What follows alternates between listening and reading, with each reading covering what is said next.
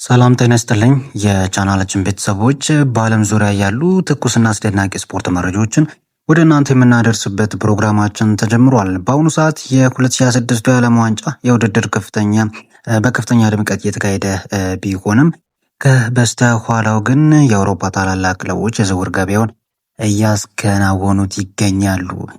አርሰናል የመጀመሪያውን ታላቅ የክረምቱ ፈራሚ በይፋ አረጋግጧል።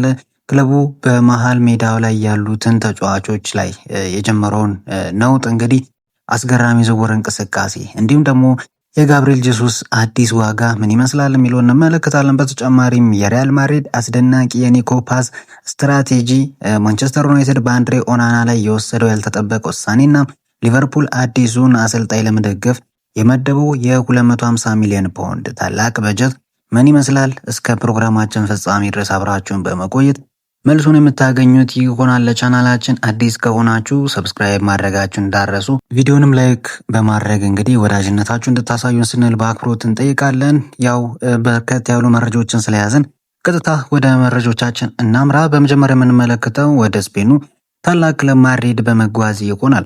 ማድሪድ በወጣቱ ኮከብ ኒኮ ፓዝ ላይ እጅግ በጣም ብልጣዊ የሆነ እንቅስቃሴና ውሳኔ አስተላልፏል።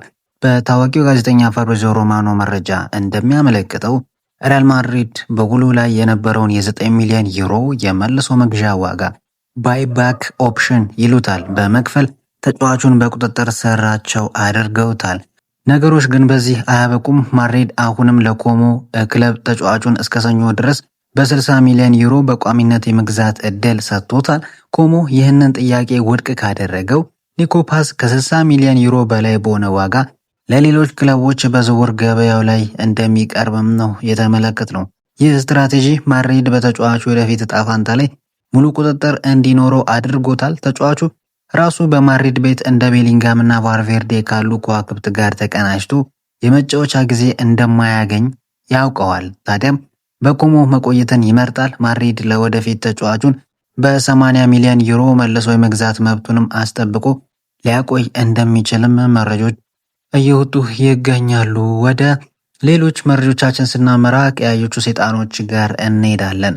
በማንቸስተር ዩናይትድ እንግዲህ የግብ ጠባቂ ክፍል ውስጥ ትልቅ ችግር እንደነበረ ለባለፉት 3-4 ዓመታት እናውቃለን እና የነዛ ችግር ዋነኛው መንስኤ ነው ተብሎ የሚጠቀሰው አንድሬ ኦናና ከትራፕዞን ስፖርት ጋር ተለያይቶ ዳግም ወደ ዩናይትድ መመለሱን ተመልክተን ነበረ። ታዲያ እንደ መረጃዎች ከሆነ ኦናና በሚቀጥለው ውድድር ዘመን በዩናይትድ እቅድ ውስጥ እንደሌለም ተነግሯል። አንድ የቱርክ ክለብ ኦናናን በውሰት ለመውሰድ 6 ሚሊዮን ፓውንድ ለዩናይትድ ለመክፈል ተስማምቷል።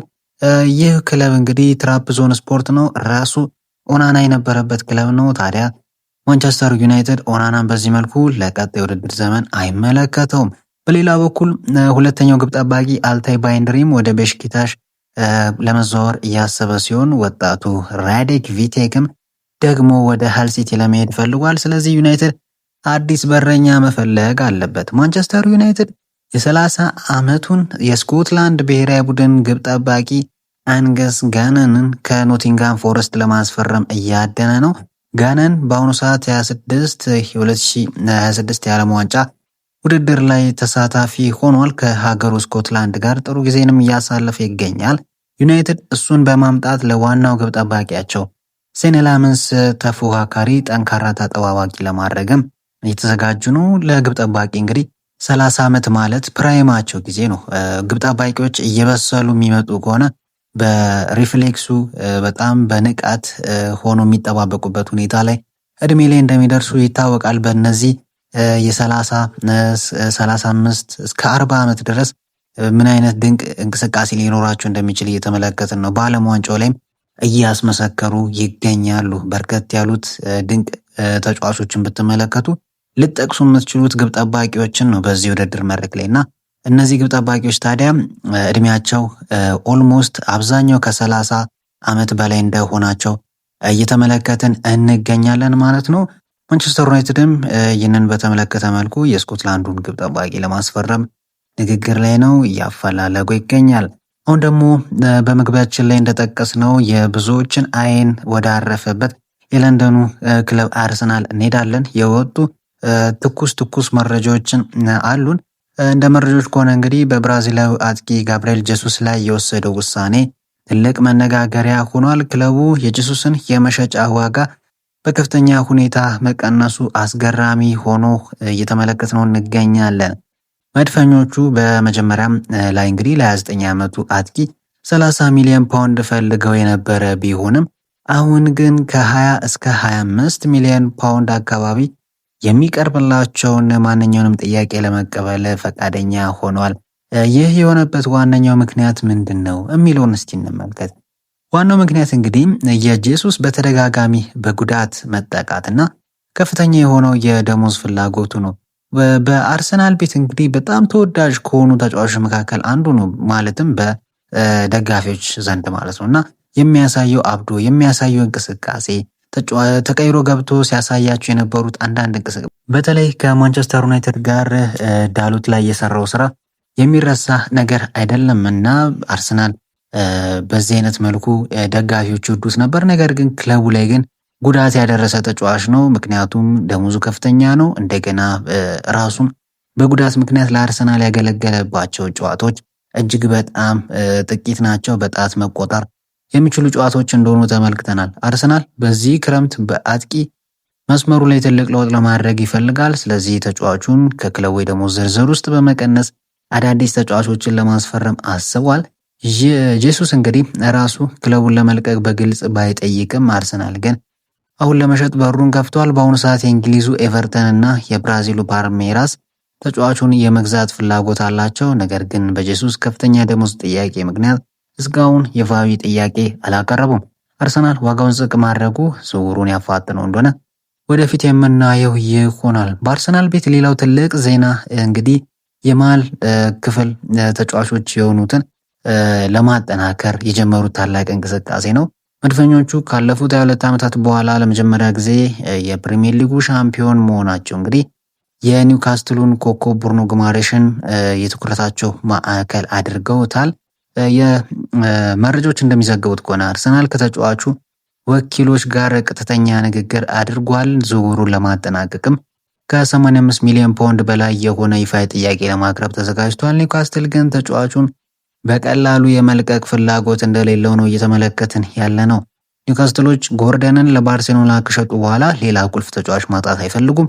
ክለቡ የሳንድሮ ቶናሊን ጥያቄ ውድቅ ካደረገ በኋላ ካፒቴናቸው ብሩኖ ጉማሬሽ እንደማይሸጥና ቶናሊም ቢሆን ከ105 ሚሊዮን ፓውንድ በታች እንደማይለቁ አስታውቋል። ነገር ግን ሌላ ትልቅ ፍንጭ እየታየ ነው። የ28 ዓመቱ ጉማሬሽ በአሁኑ ሰዓት ከብራዚል ብሔራዊ ቡድን ጋር በዓለም ዋንጫው ላይ ይገኛል። ይህ የዝውውር ወሬ በኢንተርኔት ላይ በወጣ በጥቂት ደቂቃዎች ውስጥ ታዲያ ጉማሬሽ ከአርሰናሉ ግንብ ከሆነው ተከላካይ ማጋሌሽ ጋር የተነሳውን ፎቶ በኢንስታግራም ገጹ ላይ አጋርቷል። ይህ በአጋጣሚ የተደረገ ሳይሆን ተጫዋቹ ወደ አርሰናል ለመምጣት ያለውን ፍላጎት ያሳየበት ፍንጭ ነው ተብሎ እየተነሳ በብዙዎች ዘንድም እየታመነ ይገኛል። በመግቢያችን ላይ እንደጠቀስነው ደግሞ ትልቁ የአርሰናል መረጃ ስንመጣ ክለቡ ወሬ ብቻ ሳይሆን በተግባርም የመጀመሪያውን ትልቅ ዝውውር አጠናቋል። ባለፈው የውድድር ዘመን በውሰት ውል ከመድፈኞቹ ጋር የነበረው ተከላካይ ፔሮ ሂንካፔ በቋሚነት የአርሰናል ተጫዋች ሆኗል። ሂንካፔ እንግዲህ ከባየር ሊቨርኩሰን በ34.5 ሚሊዮን ፓውንድ ዋጋ ወይም ደግሞ 45.5 ሚሊዮን ዩሮዎች ያክል ዋጋ ነው ወደ አርሰናል የመጣው። እንግዲህ የ5 ዓመት ኮንትራት አለው። እስከ 2031 ድረስ የሚቆይ ፊርማ ነው የተፈራረመው። በግራ መስመር ተከላካይነት እንዲሁም ደግሞ አንዳንዴ በመሃል ተከላካይ ሴንተር ባክ ቦታዎች የመጫወት ሁኔታ እንዳለው እየተመለከትን እንገኛለን። አሰልጣኝ ሚኬል አርቴታ ይህንን የ4 ዓመቱን ኢኳዶራዊ ተከላካይ እንግዲህ ተፋላሚ ሲሉ እንደጠሩት ተመልክተናል። የሂንካፔ በቋሚነት መፈረም ወጣቱን ማይልስ ሉዊስ ስኬሊን ሚና ወደ መሃል ክፍል እንዲመለስ ያደርጓል ተብሎ ይጠበቃል። ዝውውሩ እንግዲህ በይፋ ጁላይ 1 ቀን ይጸድቃል። በተጨማሪም አርሰናል የወደፊት ተስፋ የሆነውን የ16 ዓመቱን የክንፍ መስመር ተጫዋች ጄሬሚ ሞንጋን ለማስፈረም ከሌስተር ሲቲ ጋር ቀጥተኛ ንግግር ጀምሯል። ሌስተር ሲቲ ወደ ሊግ 1 በመውረዱ ምክንያት ይህ በፕሪሚየር ሊጉ ታሪክ ሶስተኛው ታዳጊ ተጫዋች ሆኖ ክለቡን መልቀቁ የማይቀር ሆኗል። ማድሪድ እና ሲቲም ተጫዋቹን ይፈልጉታል። በመጨረሻም እንግዲህ ዛሬ ሰፊና ጥልቅ ትንተና ወደምናደርግበት የአንፊልዱ ክለብ ሊቨርፑል እንሄዳለን። ሊቨርፑል አዲሱን የስፔናዊ ዋና አሰልጣኝ አንዶኒ ራዮላን አዲስ ስራ እንግዲህ በከፍተኛ የገንዘብ አቅም ለመደገፍ እጅግ ግዙፍ እቅድ ማውጣታቸው ተዘግቧል። ታዋቂው የስፖርት ጋዜጠኛ ሉዊስ ስቲል ሚዲያ ማተርስ በተሰኘው የፖድካስት ፕሮግራም ላይ እንደገለጸው ሊቨርፑል በዚህ ክረምት እስከ 250 ሚሊዮን ፓውንድ የሚደርስ ታላቅ የዝውውር በጀት ይዞ ብቅ ብሏል። ብዙዎች ሊቨርፑል ባለፈው ክረምት 450 ሚሊዮን ፓውንድ አውጥቶ አልነበረም ወይ? ለምን ዘንድሮ ቀነሰ? የሚል ጥያቄ አንስቷል። ጋዜጠኛው ታዲያ ለዚህ ጥያቄ ግልጽ ምላሽ ሰጥቷል። ክለቡ በዚህ ክረምት እንደባለፈው ዓመት 450 ሚሊዮን ፓውንድ በድጋሚ መውጣት አይችልም፣ ምክንያቱም የፋይናንስ ደንቦችን መጠበቅ አለበት። ይህንን ማድረግ የሚችለው ማንም ያልጠበቀውን አንድ ትልቅ ኮከብ ተጫዋች በከፍተኛ ዋጋ ከሸጠ ብቻ ነው። ነገር ግን ይህ ማለት ሊቨርፑል ዘንድሮ ገንዘብ አይወጣም ማለት አይደለም። ይህ 250 ሚሊዮን ፓውንድ በአውሮፓ እግር ኳስ ትልቁ የወጪ በጀቶች መካከል አንዱ እንደሆነ ነው የተነገረው። ታዲያ ከሊቨርፑል ጋር በተያያዘ ይህንን ገንዘብ በማን ላይ ሊያወጣው እንደሆነ በጥልቀት ስንመለከት የመጀመሪያውና ዋናው ዓላማቸው የጀርመኑ አርቢ ሌይፕዚግ አጥቂ የሆነው ዲያሞንዴ ነው። ይህ ዝውውር እጅግ አስገራሚ ዝርዝሮች አሉት። ዲያሞንዴ ለማስፈረም ብቻ ሊቨርፑል ከ100 ሚሊዮን ፓውንድ በላይ ጥያቄ አቅርቦ ነበረ። በዛው በሌይፕዚጎች እንግዲህ ውድቅ ተደርጎበታል። 120 ሚሊዮን ፓውንዶች የሚወጣ ኮኮ አድርጎ ነው የሚጠብቁት። ተጫዋቹ እንግዲህ ፍላጎቱ ወደ ሊቨርፑል ለመዘዋወር ከፍተኛ ፍላጎት አለው።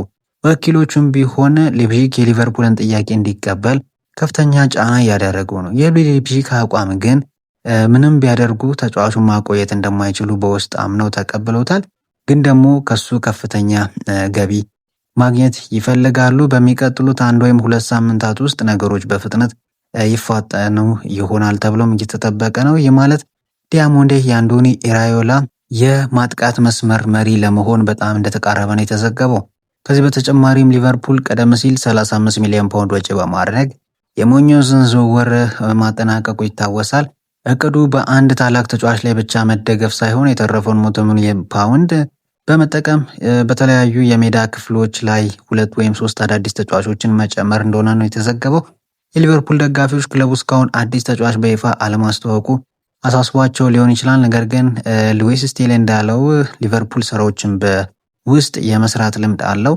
በአሁኑ ሰዓት ከበስተጀርባ እጅግ ሰፊ የሆኑ የወረቀት ስራዎችና ድርድሮች እየተደረጉ ይገኛሉ። ሊቨርፑል ድርድሩ ሙሉ በሙሉ እስካልተጠናቀቀ ድረስ መረጃዎችን ደብቆ ማቆየት ይመርጣል። ስለዚህ ደጋፊዎች በሚቀጥሉት ሳምንታት ውስጥ አስገራሚ ዜናዎችን ለመስማት ተዘጋጁ እያለ ይገኛል። የዛሬው ሰፊና በጥልቀት የተነተነው የአውሮፓ እግር ኳስ ትኩስ መረጃዎቻችንና ዜና ይመስሉ ነበር።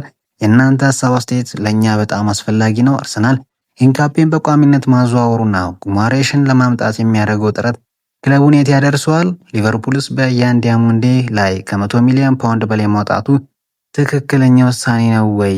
ያላችሁን ማንኛውንም ሀሳብ ከታች ባለው ኮመንት መስጫ ላይ ጻፉልን። ቪዲዮውን ከወደዳችሁት ላይክ እና ሼር በማድረግ እንዲሁም ደግሞ አዳዲስ መረጃዎችን በፍጥነት እንዲደርሷችሁ የደውል ምልክቷን መጫናችሁን አትርሱ። በሚቀጥለው ፕሮግራም በሌላ አጓጊ ርዕስ እስከምንገናኝ ድረስ ሰላም።